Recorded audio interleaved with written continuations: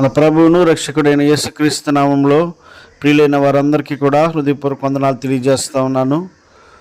ప్రియులారా, మన ఆంధ్రప్రదేశ్ రాష్ట్రంలో జరుగుతున్నటువంటి విపత్తుకరమైనటువంటి పరిస్థితులు, ఆ కృష్ణా జిల్లా ప్రాంతాల్లో వరదలతో ముంచెత్తుతున్నటువంటి సందర్భంలో ప్రజలందరూ కూడా చాలా కష్టాలు పడుతూ ఉన్నారు, శ్రమ పడుతూ ఉన్నారు. కాబట్టి పరిస్థితులన్నీ కూడా అనుకూలంగా మారి ప్రజలకు ఎటువంటి ప్రాణాపాయాలు లేకుండా వారందరూ కూడా క్షేమంగా మరలా తిరిగి వారి గృహాలకు వారు వెళ్ళినట్లుగా, అలాగే ఉన్న పరిస్థితులన్నీ కూడా మారినట్లుగా మీ వ్యక్తిగత ప్రార్థనలో జ్ఞాపకం చేసుకోవాలని ప్రభు పేరిట మీ అందరికీ కూడా తెలియపరుస్తూ ఉన్నాను. అలాగే ఇక్కడ ఉన్నటువంటి మా సంఘంలో కానివ్వండి, అలాగే మీ సంఘాల్లో కానివ్వండి, అన్ని చోట్ల కూడా ప్రార్థన చేయాలని ప్రభు పేరిట ప్రేమపూర్వకంగా తెలియపరుస్తూ ఉన్నాను.